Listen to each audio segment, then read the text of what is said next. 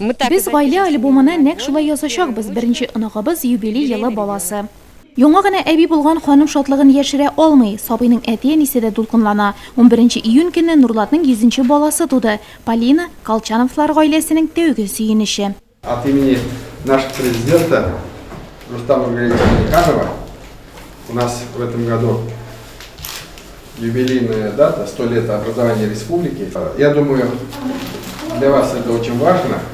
Фотография на этом баннере, это будет для вас память, что именно 100-летие ТССР, юбилейный год, у вас появился первенец.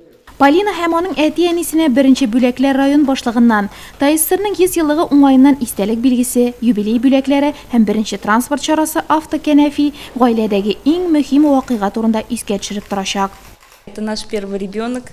Бу безнең беренче балабыз. Мин үземне шул кадәр бәхетле хис итәм. Кызым Полина мине иң бәхетле әни итте. Без аны бик яратабыз. Так совпало, это вообще, то есть... Мондый тәңгәллек бик сирәк буладыр ул. Юбилей датасында 100-нче бала. Ни дип әйтергә дә белмим, хисләрем ташып тора. Когда шла на роды, я не думала об этом. Бала тудырырга барганда мин шулай булыр дип башыма да китермәдем. Бик күңелле, бик истәлекле вакыйга.